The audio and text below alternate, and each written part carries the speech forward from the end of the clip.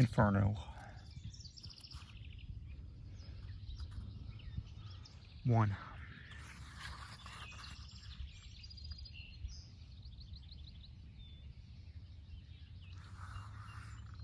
In the middle of the journey of our life, I came to myself in a dark wood.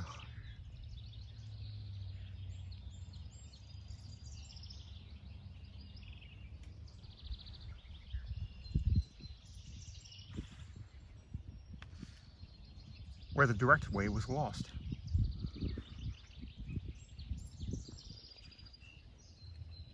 This is a hard thing to speak of, how wild, harsh, and impenetrable that wood was. So thinking of it recreates the fear. It is scarcely less bitter than death, but in order to tell of the good I found there, I must tell the other things I saw there. I cannot rightly say how I entered it. I was so full of sleep at that point where I abandoned the true way, but when I touched the foot of the hill, where the valley had pierced my heart with fear, came to an end, I looked up and saw its shores brighten with the rays of that sun that leads men rightly on every road.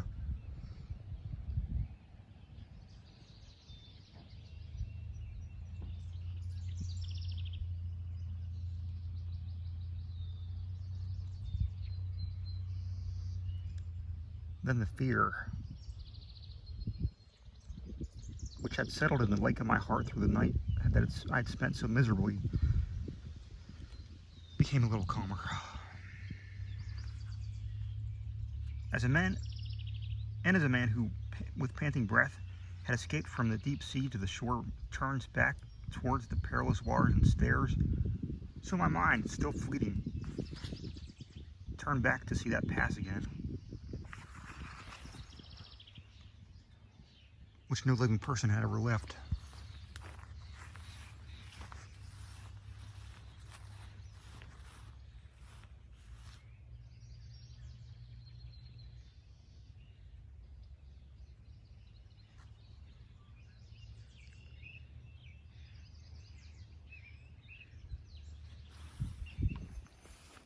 After I had rested my tired body a while,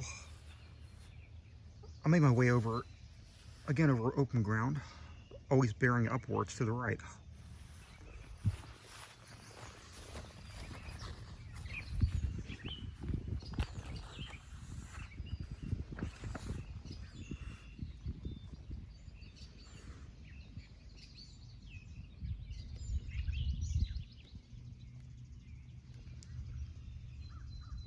And behold, almost at the start of the slope, a light, swift leopard with spotted coat.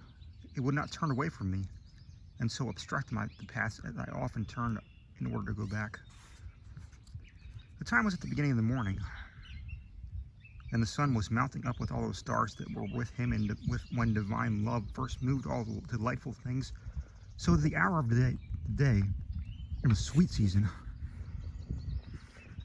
gave me fair hopes that of that creature with the bright pelt. But not so fair that I could not avoid fear at the sight of the lion that appeared and seemed to come at me with raised head and rabid hunger, so that it seemed the air itself was afraid, and a she-wolf that looked full of craving in its leanness, and before now had made many men live in sadness. She brought me such heaviness of fear from the aspect of her face that I lost all hope of ascending. And as one who is eager for gain weeps, and is afflicted in his thoughts, if the moment arrives when he loses, so that creature without rest made me like him, and coming at me little by little, drove me back to where the sun is silent. While I was returning to the depths, one appeared in front of me who seemed hoarse from long silence. When I saw him in the great emptiness, I cried out to him, "Have pity on me, whoever you are, whether a man in truth or a shadow." He answered me, "Not a man, but a man I once was. And my parents were Lombards, and both of them, by their native place, Mantuans. I was born sub Julio though late, and lived in Rome, under the good Augustus in the age of false, deceitful gods. I was a poet and sang of Aeneas, that virtuous son of Anchises, who came from Troy when proud Ilium was burned. But you, why do you turn back towards such pain? Why do you not climb the delightful mountain that is the origin and cause of all joy? I answered him with a humble expression. Are you then that Virgil and that fountain that pours out so great a river of speech? Oh, glory, and light to all the poets made that long study, and the great love that made me search your work.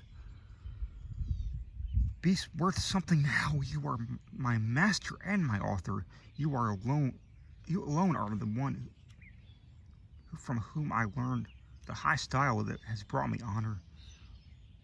See the creature that I turned back from, O sage, famous in wisdom, save me from her, she that makes my veins and my pulse tremble. When he saw me weeping, he answered, You must go by another road if you wish to escape this savage place. This creature that distresses you allows no man to cross her path, but obstructs him, to destroy him. And she has so vicious and perverse a nature that she never sates her greedy appetite, and after food is hungrier than before.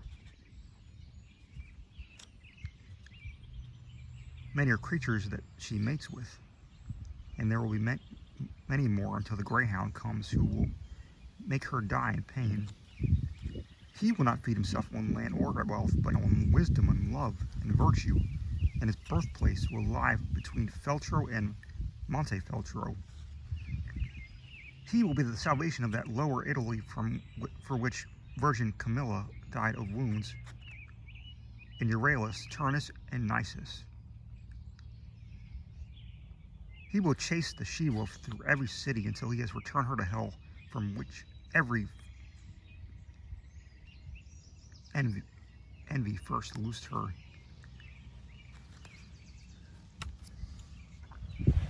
It is best, I think you understand, for you to follow me.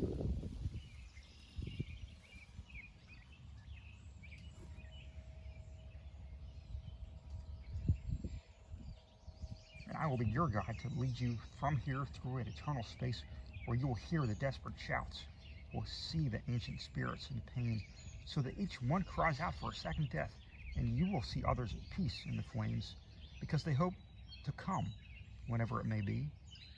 I'm on the blessed.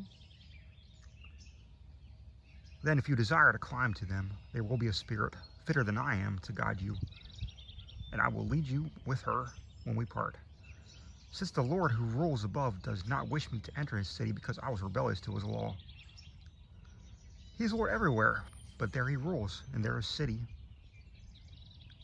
and his high throne. Oh, happy is he whom he chooses to go there,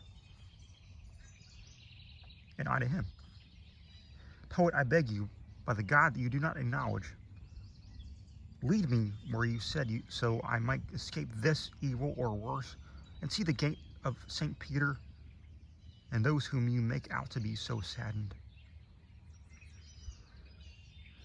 Then he departed.